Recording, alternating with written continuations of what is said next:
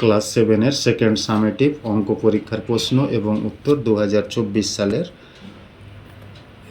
তো এ দাগের প্রশ্ন 22/7 2 স্থান পর্যন্ত আসন্ন মান হলো কোনোটি নয়, ভাগ করে দেখা গেল 3.33 হচ্ছে, তো একটিও নেই, ওই জন্য একটিও নয়। তারপরে রুট ওভার 0.81 সমান কত হবে? তো 81/100, 81-র বর্গমূল হলো 9 এবং 100-র 10, তো এক ঘর পরে 0.9 হবে। একটি ত্রিভুজের মধ্যমার সংখ্যা কটি? 3টি। তারপরে দুটি ত্রিভুজের কোণগুলি সমান হলে ত্রিভুজ দুটি কী হবে? সর্বসমানা সদৃশকোণী হবে। যে কোনো মাপের 3টি বাহু দ্বারা ত্রিভুজ অঙ্কন সম্ভব না, মিথ্যা।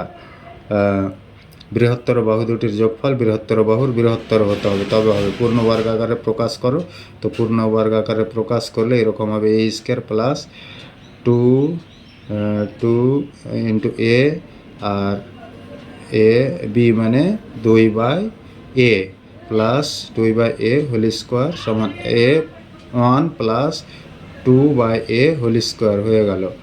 তারপরে b x - y 3 xy 28 হলে x² y² এর মান, তো x² প্লাস y² সমান x - y whole square plus 2xy, তো x - y এর মান হলো 3, আর xy এর মান হলো 28, 28 দুগুণে 56, 9 56 9 65।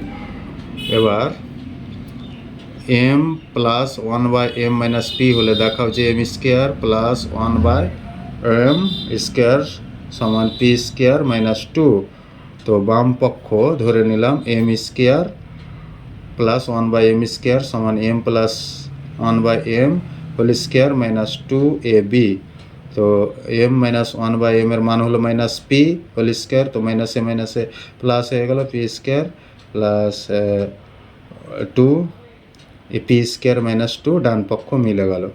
তারপরে ডি দাগের a² প্লাস 1/a² দুটি বর্গের অন্তরূপে প্রকাশ, তো করলে কি হবে? -3, তো কি করতে হবে? a - 1/a মানে a - b whole square plus 2 করে দিলাম -3, তো -3 থেকে 2 বাদ দিলে -1 হয়ে গেল, দুটি বর্গ a - 1/a হোল স্কোয়ার -1 1-এরও বর্গ হয়ে গেল। 100 মিটার একটি লম্বা ট্রেন ঘন্টায় 60 কিমি বেগে একটি গাছকে অতিক্রম হতে কত সময় নেবে? তো 60 কিমিকে 60,000 মিটার করে দিতে হবে, আর 1 ঘন্টাকে 3600, তো 60,000 মিটার যায় 3600 সেকেন্ডে, একে কত, আর 100 মিটার যেতে কত লাগবে? তো উত্তর হবে 6 সেকেন্ড।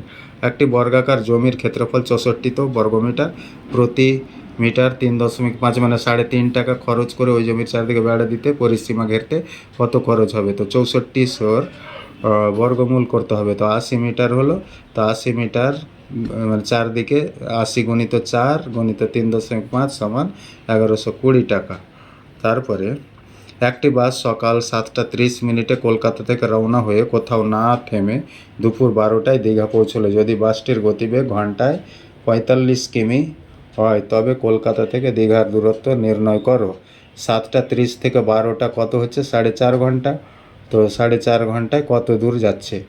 তো 45 গুণিত 270, 4 ঘন্টা 30 মিনিট মানে 270 মিনিট বাই 60, তো 202.5 কিমি হচ্ছে। তারপরে এই যে এই স্তম্ভটি পড়েছে, এটি করবে। একটি সমকোণী ত্রিভুজ অঙ্কন করো। সমকোণী মানে একটি কোণ 90 ডিগ্রি হবে, তার পাশের বাহু দুটি ভূমি হলো 6 সেমি, অতিভুজ হলো 10 সেমি। তারপরে 5, 6, 7 বাহু বিশিষ্ট একটি ত্রিভুজ অঙ্কন করতে হবে।